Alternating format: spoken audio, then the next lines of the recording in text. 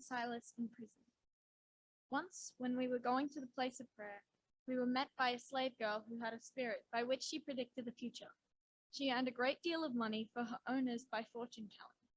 This girl followed Paul and the rest of us, shouting, "These men are servants of the Most High God, who are telling you the way to be saved." She kept this up for many days. Finally, Paul became so troubled that he turned around and said to the spirit, "In the name of Jesus Christ, I command you to come out of her." At that moment, the spirit left her. When her owners of the slave girl realized that their hope of making money was gone, they seized Paul and Silas and dragged them into the marketplace to face the authorities. They brought them before the magistrates and said, "These men are Jews and are throwing our city into an uproar by advocating customs unlawful for us Romans to accept or practice." The crowd joined in the attack against Paul and Silas, and the magistrates ordered them to be stripped and beaten. After they had been severely flogged, they were thrown into prison, and the jailer was commanded to guard them carefully. Upon receiving such orders, he put them in the inner cell and fastened their feet in the stocks. About midnight, Paul and Silas were praying and singing hymns to God, and the other prisoners were listening to them. Suddenly, there was such a violent earthquake that the foundations of the prison shaken. At once, all the prison doors flew open, and everyone's chains came loose. The jailer woke up, and when he saw the prison doors open, he drew his sword and was about to kill himself because he thought the prisoners had escaped. But Paul shouted, "Don't harm yourself. We are all here." The jailer called for lights, rushed in, and fell trembling before Paul and Silas. He then brought them out and asked, "Sirs, what must I do to be saved?" They replied, "Believe in the Lord Jesus, and you will be saved, you and your household." Then they spoke the word of the Lord to him and all the others in his house. At that hour of the night, the jailer took them and washed their wounds. Then immediately he and all his family were baptized. The jailer brought them into his house and set a meal before them. He was filled with joy because he had come to believe in God, he and his whole family. When it was daylight, the magistrates sent their officers to the jailer with the order, "Release those men." The jailer told Paul, "The magistrates have ordered that you and Silas be released. Now you can leave. Go in peace." But Paul said to the officers, "They beat us publicly without a trial, even though we are Roman citizens, and threw us into prison. Now they do what they want to get rid of us quietly? No, let them come themselves and escort us out." The officers reported this to the magistrates, and when they heard that Paul and Silas were Roman citizens, they were alarmed. They came to appease them and escorted them from the prison, requesting them to leave the city. After Paul and Silas came out of the prison, they went to Lydia's house, where they met with the brothers and encouraged them. Then they left.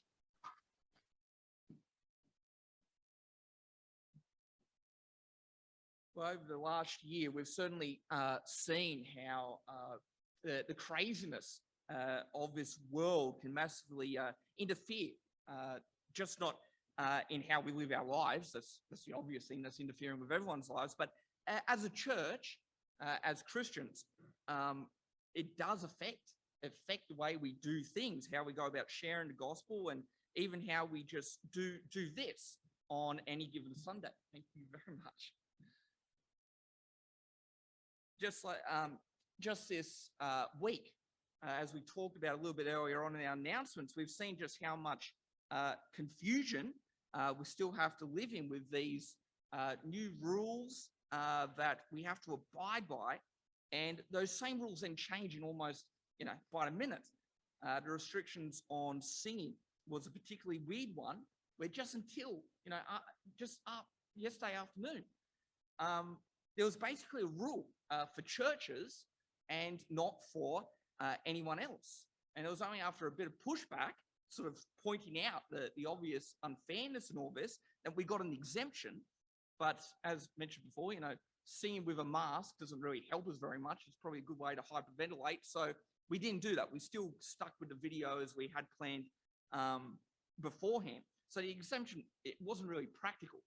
But the fact that it took that long to try and even get it across, hey, this isn't fair, shows the kind of way that we can be interfered with by things in this world.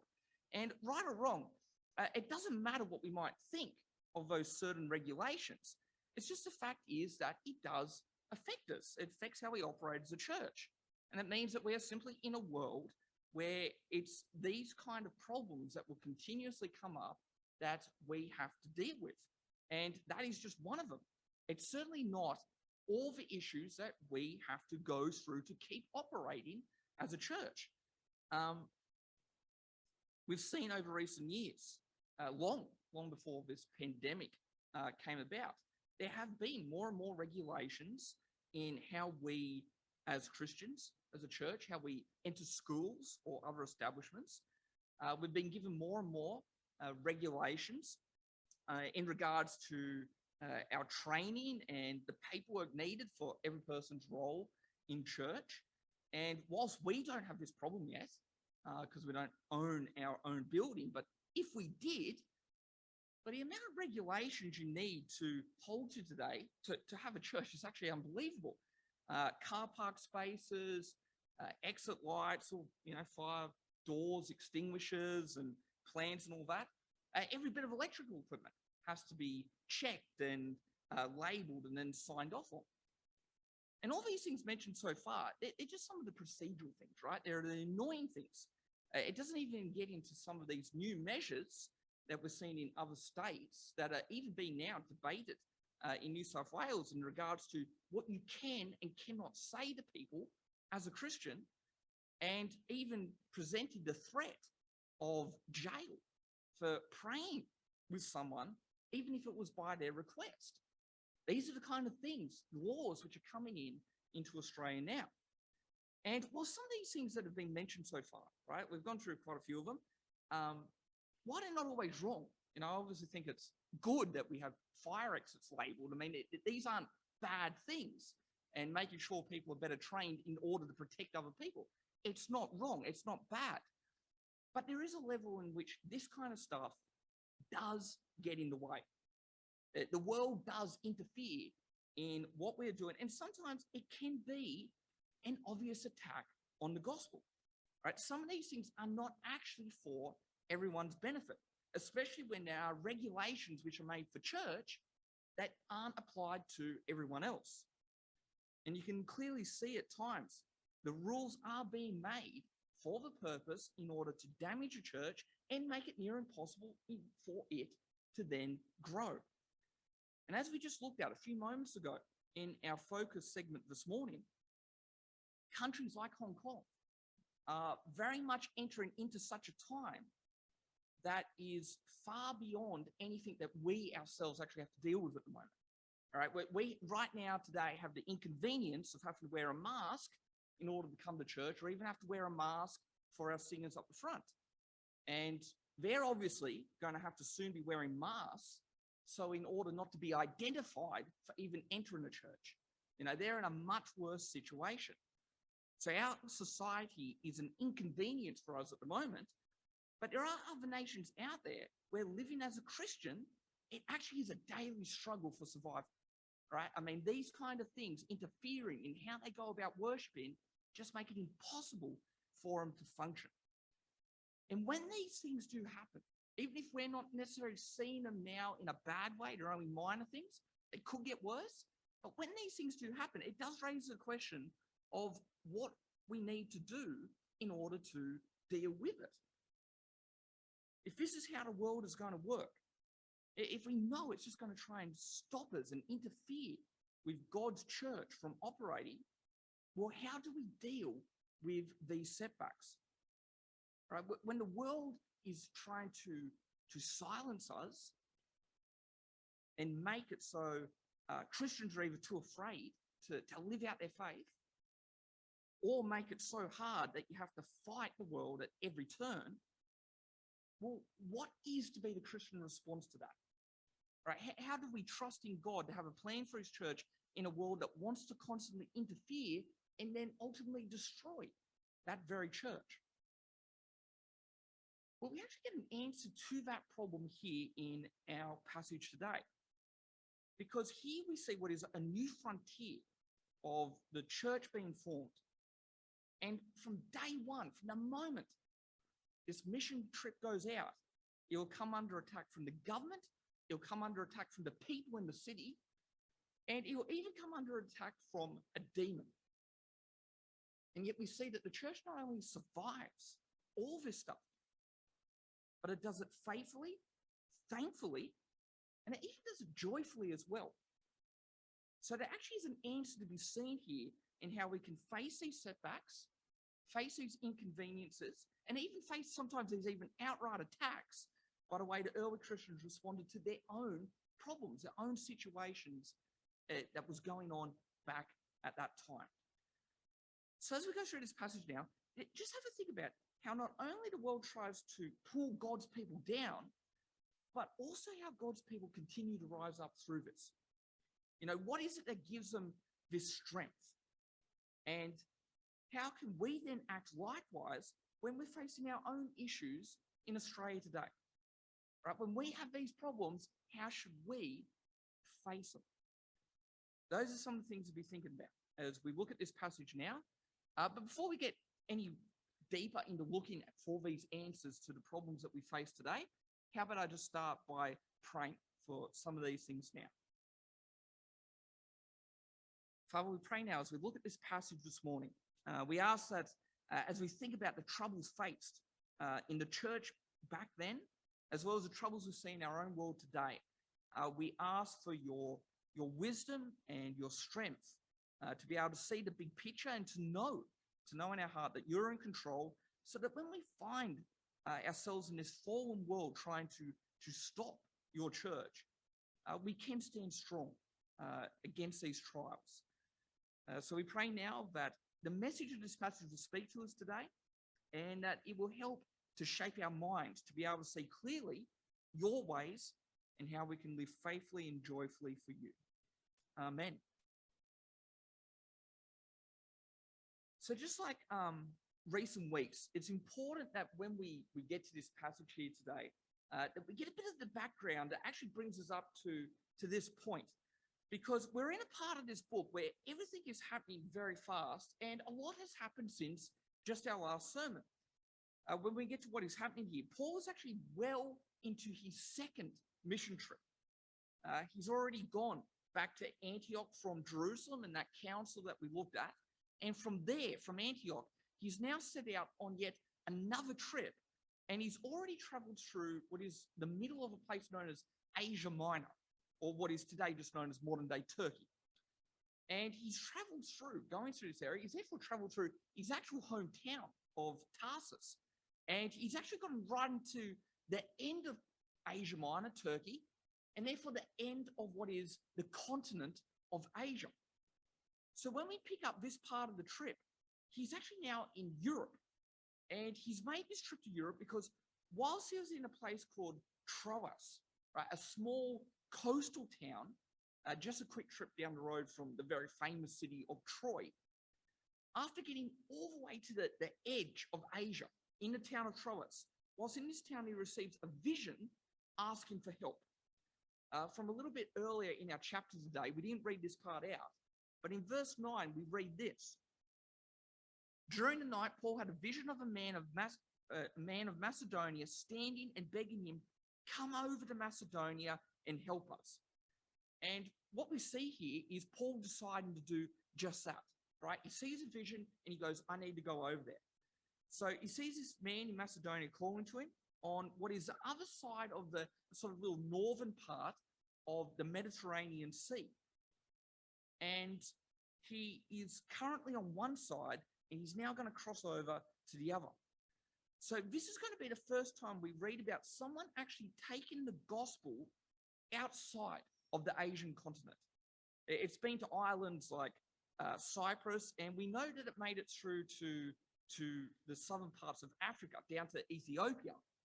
But we haven't seen a deliberate trip in order to take the gospel message out of kind of what is the home area of the church at this time. right? People have come into this area, come into Christian areas, and they've heard the gospel, and then they've taken it home with them to other parts of the world. But Paul is now setting out into this new part of the earth for the first time in order to actually tell people the good news. And we see in our passage that he ends up in a city known as Philippi, which is the main city of that area, Macedonia, that he saw this vision in.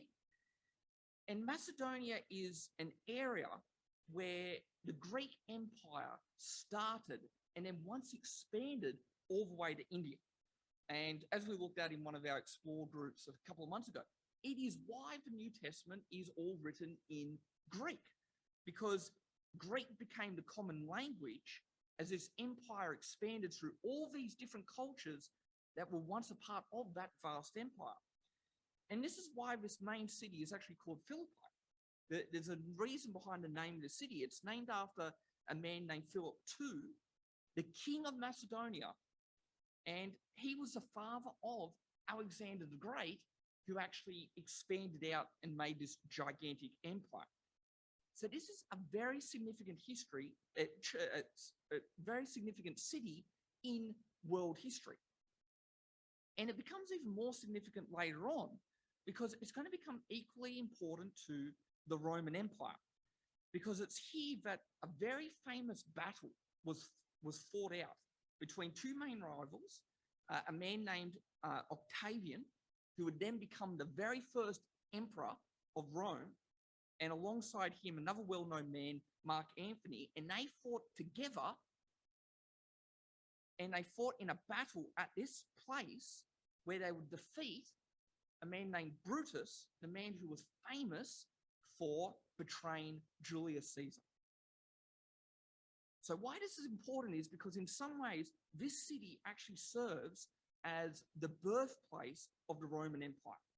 Okay, this is essentially the last piece of the puzzle needed for Octavian to then go on and become the emperor and to create this Roman Empire. And because of its importance, Philippi will become a Roman colony, right? This city, whilst not in Italy, not in Rome, is under direct Roman rule. It was actually known as a mini Rome. And therefore, the culture there is very Roman, as in it's very Italian. And the citizens there of this city are all made Roman citizens because of the status of this colony in the empire.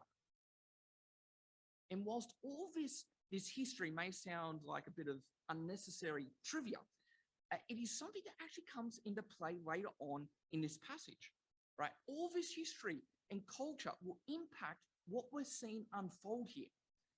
But the main point for now is Philippi is historically very, very important, right? It was very important to the Greek Empire.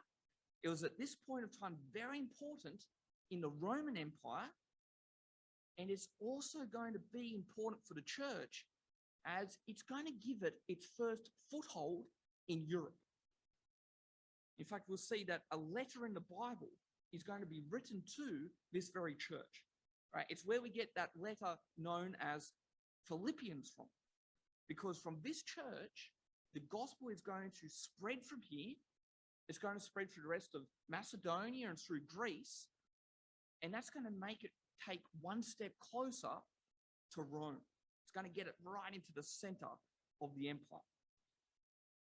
And that means that right here, the good news is therefore now entered officially into what is a Roman city under direct control of the emperor himself. So that means that the church is very much now broken from its Jewish roots, and it has set itself up not just in what was the general Gentile areas, like cities like Antioch, for example, but in the actual Roman part of that larger Roman Empire. And as they set up camp here, right, in this city, now well inside the Roman part of that empire, we see that it all comes down to being in a house of a woman named Lydia. And whilst it's hard to know for sure because we don't have any information on the rest of the empire, at least from what we have recorded in Acts, she is possibly the first convert in Europe. Right? This is the first mission outreach into this part of the world. So her house basically becomes what is really the first church in Europe, and it becomes a station for further ministry into the rest of Europe. Hence why we'll see in our passage, her house is going to very quickly fill up with a lot of different people. Right? There are going to be people who are rich and poor. There will be Jews and there'll be Gentiles. There will be those who are official Roman citizens and people who are just a part of the larger empire, slaves even.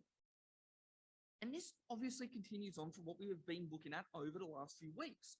We've looked at how all people can come to God, how all these different cultures can come together in Jesus. And whilst it goes without saying, it's important to point out that women are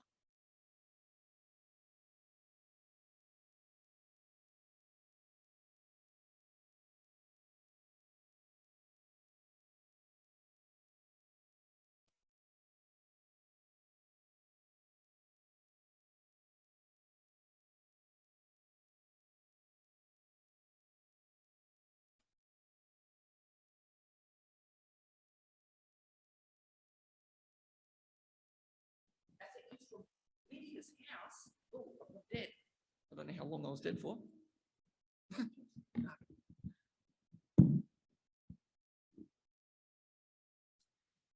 As it's from Lydia's house that Paul goes out, taking the gospel to both the city of Philippi and then also to the rest of southern Europe. And what we see as he does this here in our passages is that like the first mission trip, there are going to be mixed results, right? There will be good and a lot of people will respond, but there's also going to be some bad responses as well. There are people along the way who will try everything to shut down this message because they see it as a threat to their way of life and their personal wealth. So as we go through this passage now, we'll split this up by looking at both what is the good and then the bad, and then also how Paul responds to that bad, how he responds to the resistance that comes along the way. Because people are going to try to interfere in his ministry because they're going to see him as interfering in their lives, in their way of life, their culture, even if he's actually trying to save them. And the way he responds to that actually helps us to answer our big question for today. So to start with the good, we see right from the get-go an interesting moment with what is a demon-possessed girl who keeps telling everyone who they are. She's a slave who is being used to predict the future, and we see that she follows them around, and she not only knows what their mission is herself, she knows that, but what is strange about all this is she's actually quite open about what she knows. And we see in verse 17 what it is that she keeps saying about them. She says here, these men are servants of the Most High God who are telling you the way to be saved. And it's an interesting strategy at play here, because you'd think that a demon would try to avoid those facts being made known. But the amazing thing about this is that what she's saying is actually completely true. They are servants of God. And the only reason they are there is to save the people of that city. And she's actually letting everyone know that, right? It's almost as if the demon is doing their ministry for them. And whilst that might seem sort of counterintuitive, a bit kind of weird for the demon to do this is in fact much like what we see happen with Jesus. We know that when Jesus saw demons, they would often declare who he was, right? When he saw those demons near the Sea of Galilee, they said to him, "What do you want with us, Son of God?" So this isn't the first time we see a demon state what no one else seems to know, state publicly what is actually true.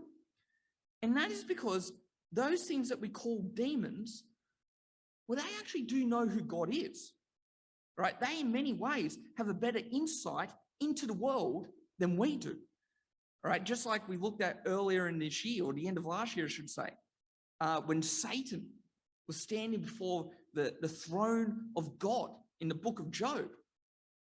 We know that he actually sees what goes on behind the scenes. That he gets to see God face to face. That he and the demons know a lot more than we do. Hence why they are so dangerous. Because they've got all this knowledge, plus they also know what is their own fate. Right? They know what is coming. This is why the demons ended up saying to Jesus, after saying, "You're the Son of God," they said, "Have you come here to torture us before the appointed time?" They know how this all ends for them. And there's obviously nothing more dangerous than someone who has nothing to lose. And since their future is not looking too bright, they really have nothing to lose. And the demons here show that they know who Paul is, and you can be sure that if they're now telling everyone, this guy works for God and he's here to save you, they're only doing this because they have an ulterior motive. They don't want people to be saved. They're not doing Paul's ministry for him. So whilst it may seem counterproductive for them to be doing this, it's actually bringing attention to Paul. It is only going to cause the mission team trouble in the long run. They're actually doing this to damage the mission work. And this is why we see Paul rebuke this demon, because he knows that it's a trick. He knows what's going on. And that's why he says in verse 18, "In the name of Jesus Christ, I command you to come out of her." Because whether the demon is stating the truth or not, you don't want to team up with a demon when it comes to gospel work. It's clearly not on Paul's side. Hence why he rebukes it, just like Jesus always did. We said that every time Jesus came in contact with a demon, he always told it to get out. He never played around with it. And this is a tragic situation, right? We have a demon-possessed slave forced to live a horrible life so as to simply be used for profit, right? It could not be possibly any more of an abusive situation. But the good news we see here is that she is set free.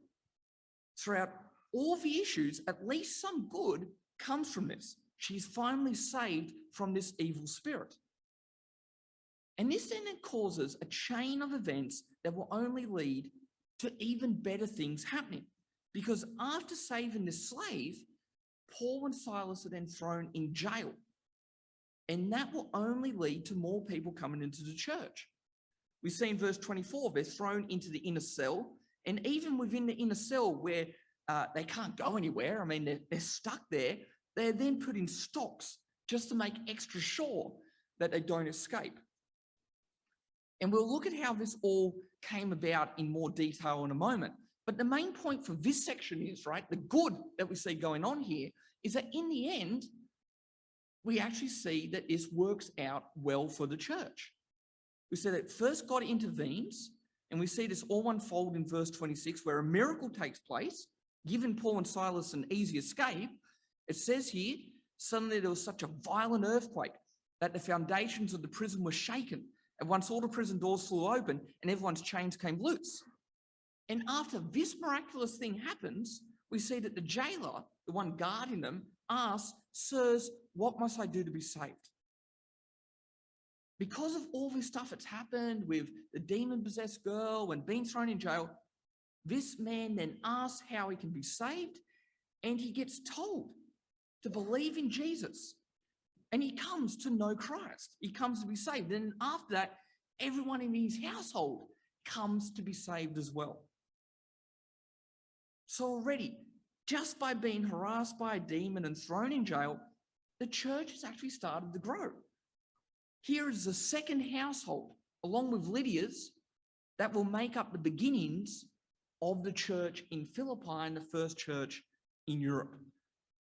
So there is a lot of good coming from all this, right? No sooner they arrive in the city of Philippi, They meet Lydia, who becomes this home station for European mission.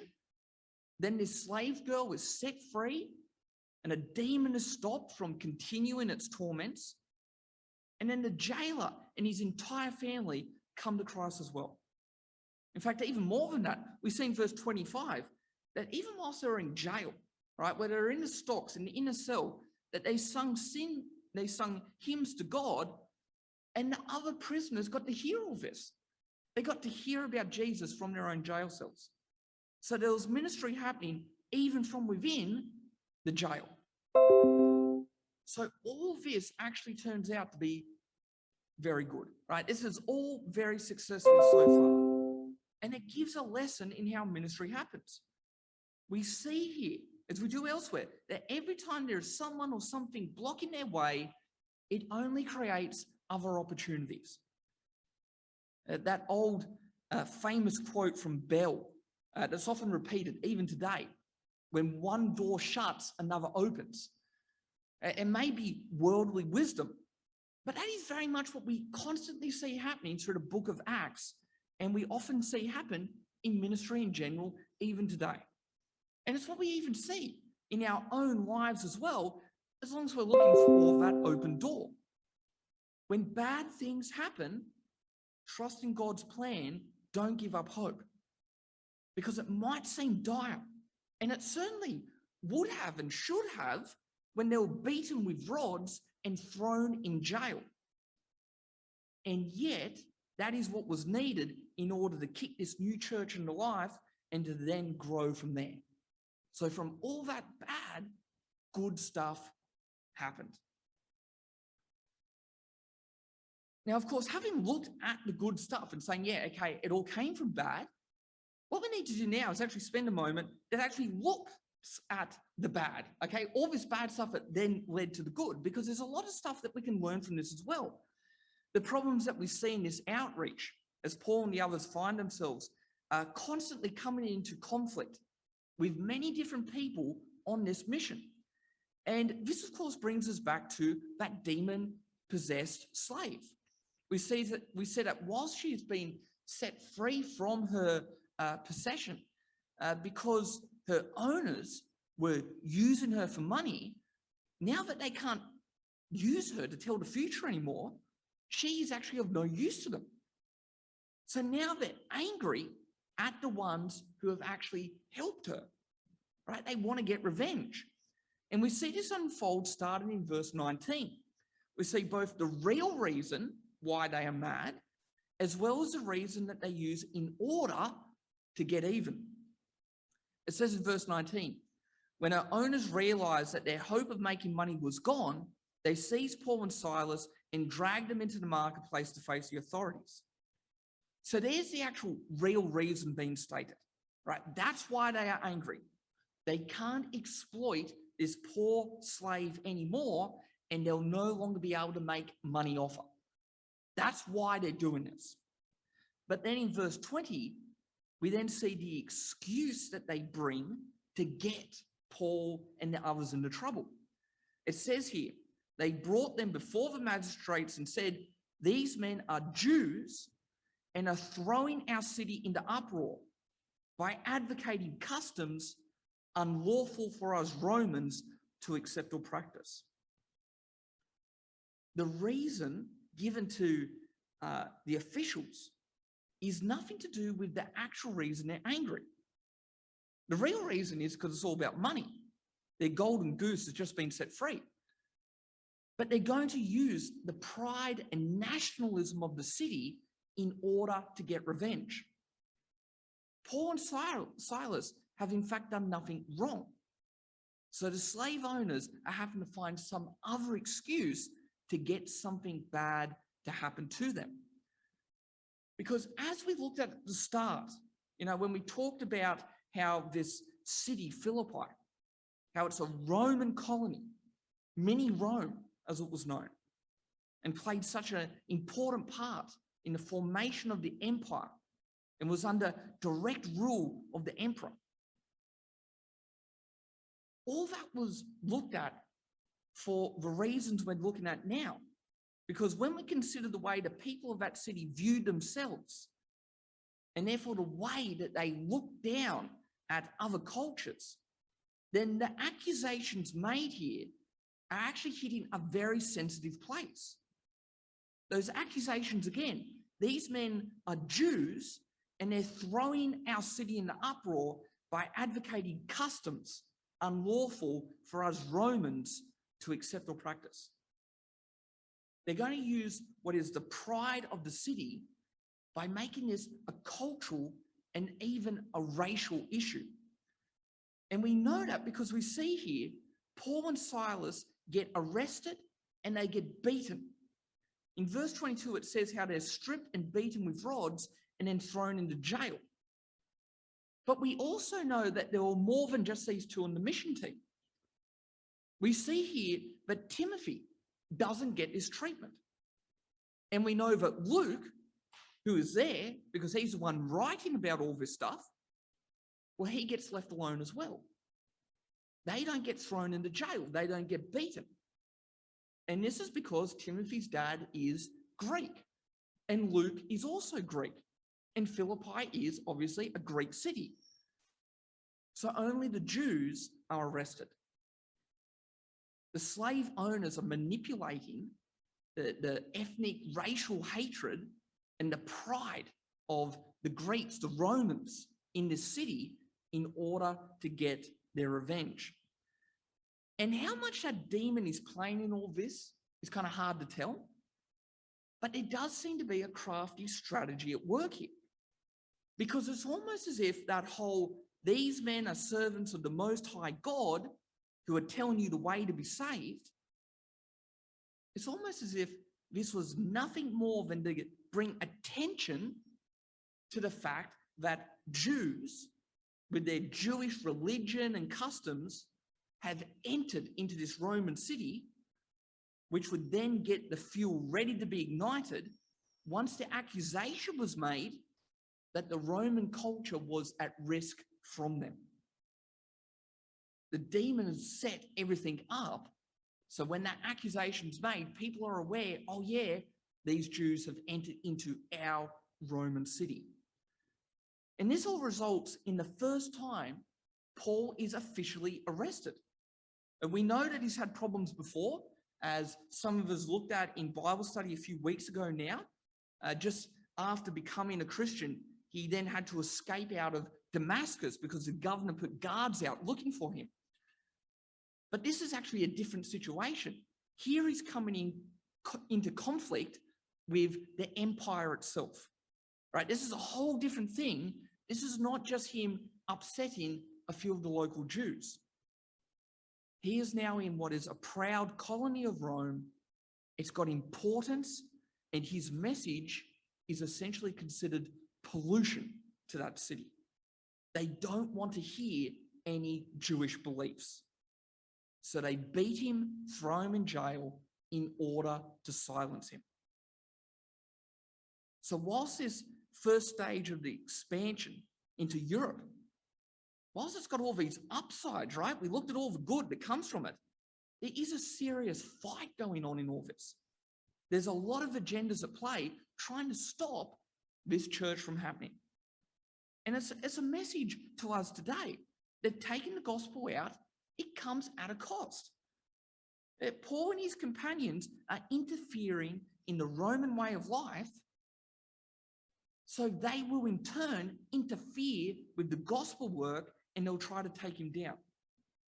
So even if this mission ultimately succeeds, it doesn't mean that the path that they're walking is an easy one. In fact, what we often see with ministry in the early church, the better the outcome, often the harder the journey is to get there.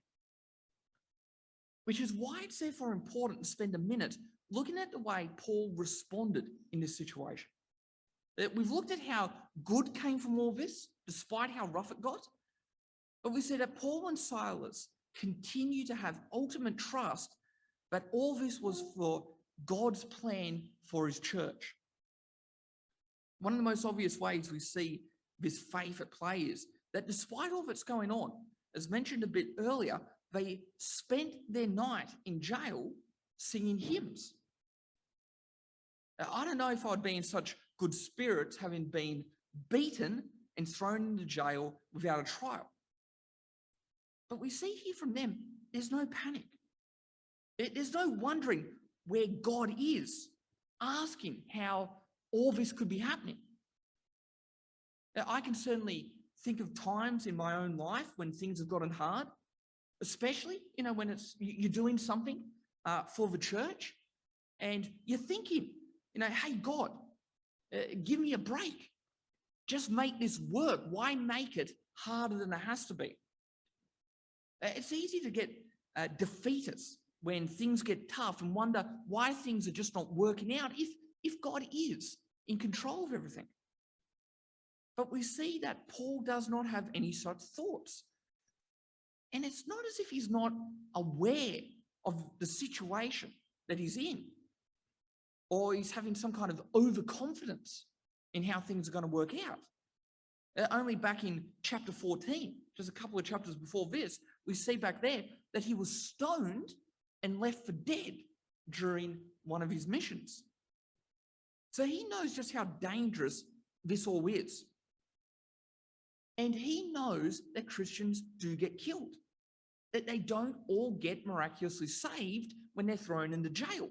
After all, he's the one who probably killed most of them. He knows it better than anyone. So he gets what is happening. But he remains calm and he simply prays because he knows God is in control. And if he is to die here, then that is the plan. And if God allows him to escape, just as often happened whenever Peter was arrested, then that too is the plan. So we see here that when things got hard, Paul simply trusted in God. But even more than that, when God does miraculously intervene, and all Paul has to do, right, is just walk out the jail. In a bit of a twist to the jailbreaks compared with Peter, we see here that he doesn't go. He stays. Unlike Peter, where an angel walks him out, Paul has no such direction, and we see that he chooses to stay. We see in verse 27, when the jailer wakes up and realizes what is going on, he's about to kill himself, and Paul says to him, "Don't harm yourself, we are all here." Paul and Silas could have left, but they don't. And we see that there are actually two things going on here. Firstly, by not walking out, by not taking that opportunity, they actually saved this man's life. The jailer would have killed himself for having failed at his post, for letting the prisoners escape. But by Paul not leaving, this man not only has his life saved, but we see that he then has his soul saved as well. He comes to know Jesus. And then his entire household comes to know Jesus. So there's evangelism being done even when escaping from jail. But just as importantly is the other reason, and that is that Paul makes a show of the situation. And this thing that he chooses to do is only going to help the church going forward. We read in verse 37, after all that has gone on, this is what Paul says. They beat us and publicly without a trial, even though we are Roman citizens, and threw us into prison. And now do they want to get rid of us quietly? No, let them come themselves and escort us out. The officials were happy to mistreat them because they were just Jews. But what they didn't realize is that they were committing their own offense by doing this, because they were actually mistreating their own legally protected people. Paul is a Roman citizen. So Paul not walking out the jail and then making a run for it, this actually goes on to prove his innocence. It actually shows that a lot for a lot of the Christians who are soon to start filling the city as the church grows, it actually shows that they're not outlaws. that he's not still considered guilty, even though he's escaped from jail. He's actually making what is going to be a public show of his innocence. And because of that, no doubt, the officials will now have to think twice before throwing the next group of Christians in jail without a trial. Because just because they're Christians doesn't mean that there's some foreign Jews coming into town. They themselves can be Roman citizens. So Paul here is making a principled stand, as he knows that by doing so, it's actually going to make a less hostile environment in the area for future Christians. By getting the escort out of the jail by the magistrates that put him in there, it shows everyone their innocence. They didn't break out of jail. They didn't disobey the laws of the land, even when they could have. And despite how it may seem here, when you think about how much turmoil and injustice has gone on in this time for him in the city, we actually see that Paul very much loved the church of this city. We see that Paul starts his letter to this church in that book of Philippians by saying this: I thank my God every time I remember you. In all my prayers for all of you, I always pray with joy because of your partnership in the gospel from the first day until now. We see that Paul's response to all that had happened here in the start of this church, it's not one of anger or betrayal or having any lack of faith. Instead, all he focuses on is the good that comes from all this, and continues to take every opportunity to use the troubles that are brought on him and by it to serve the church and to keep on growing God's kingdom. And that is where we get the answer to our question this morning. Right? How do we deal with these setbacks? How do we get through all this when the world makes it so hard to live for God? Well, we do it by trusting in God at all times and by being prepared and expecting to face these issues. And when we do face them, then taking every opportunity that comes from those trials. Trusting God is the obvious one. Right? Throughout all this, we see that Paul stands firm, knowing that however this turns out, it is a part of God's plan. And he, better than anyone, has seen that. He was the one who tried to destroy the first church, and he saw that church grow and grow no matter how savage he was to it. So he knows firsthand that when these people, like these people here in Philippi, interfere with this mission that he's on and trying to make his life hard, well, Paul has seen for himself when he was on the other side how God can use that in order to complete his own goals. So knowing that, having lived that experience, he's simply trusting God's plan. But if he has been thrown in jail, then it will be for a purpose. And when we look at the next verse, in that Philippians reference, the next verse in that chapter we looked at a second ago, we see that Paul goes on to say, being confident of all this, that he who began a good work in you will carry it on to completion until the day of Jesus Christ. Well, what he is saying here is, I know that God has not abandoned you. So even if I die, that's actually okay. It will not be for nothing. And Paul says that as he wrote that letter whilst in jail in Rome. And he goes on to say just a few verses later, now I want you to know, brothers and sisters, that what has happened to me has actually served to advance the gospel. And then he says, I am in chains for Christ.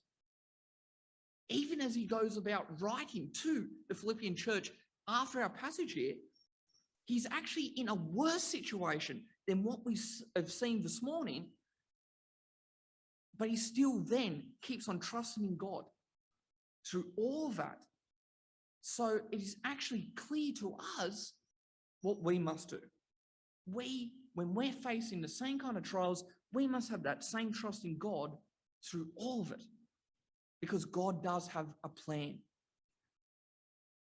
But the other thing is that warning given here is also just as clear. There's a warning, there's a clear message of trusting God, but there's also a clear message that when you interfere in the world, well, the world will bite you. If we go out telling people about Jesus, we expect there to be resistance to that. The church has faced it everywhere it has gone. It has the people attack it, it has the government try to destroy it, and darkness is always at play behind these things. When we think about the forces of evil, the fact that Satan knows that his time is coming to an end, there is going to always be this kind of stuff. Right? Darkness will want to silence God's word. And it may not make itself manifest like this demon here. It may not be that obvious in our world today. That worked back then, but the ways of attacking the church now are different. But what we can know is, however this happens, it is still the same enemy, right? It's always the same enemy attacking God's church. We still face the same threat throughout history. So the warning here is clear of just what it is that we're up against. Be prepared for the fact this kind of nonsense and this kind of trouble will go on. But what we also see is that third thing, that even in the worst of situations, good comes from it as well. What we saw here in our passage is ultimately a fantastic outcome. And that means that when we have to face our own issues today, we have to look for the opportunities that God gives, take those opportunities, and make the most of them. I said at the start, the last year has been crazy, right? And there's been massive interference in how we operate as a church. And yet the last year has seen more church resources go online than we've ever had before. It's given us new ways of meeting more often, because now not only can we do the face-to-face time like we are doing right now, but we can still do all that online stuff that we want as well. We can run those extra things during the week that we would not have been practical pre-COVID. And you can even be away on a Sunday now, as we have a few people away for the school holidays. And again, thanks to online, not miss a thing. So when we think about it, heaps of good stuff has actually come from these difficult times. And whilst I haven't been here long enough to see how TCPC has fared during this time, I do know that the two churches I was a part of before coming here, both the one in Sydney and the one I was in Queensland for a while, well, both have actually grown during this difficult time. They didn't shrink. They actually grew. So good can come. Even when things get hard, even when the ways of this world want to silence us, even when the world changes the rules of the game, God's people continue on. And it shouldn't be a shock for us now. We shouldn't be surprised at this, because everything we've looked at this morning happened 2,000 years ago. And a lot of stuff has interfered in the running of the church during that 2,000 years. And despite this, it always adapts and it always continues on, because as Paul showed with his hymns whilst being bleeding in jail, we can know that God has a plan and is completely in control. We never have to ask where he is. We just have to trust in him to come through at the end. Right? So when things get hard today, that same message is for us now. As we looked at, with the church in Hong Kong and how hard it is going to be for it going forward, well, it will also take comfort in that same message. The simple message is the world is going to be a hard place to worship God and to grow his church. So be prepared for that, but also be prepared to take every opportunity. And whilst doing that, always trust in the one who has everything under control. It is all part of God's plan, and it will all find fulfillment in the day Jesus returns.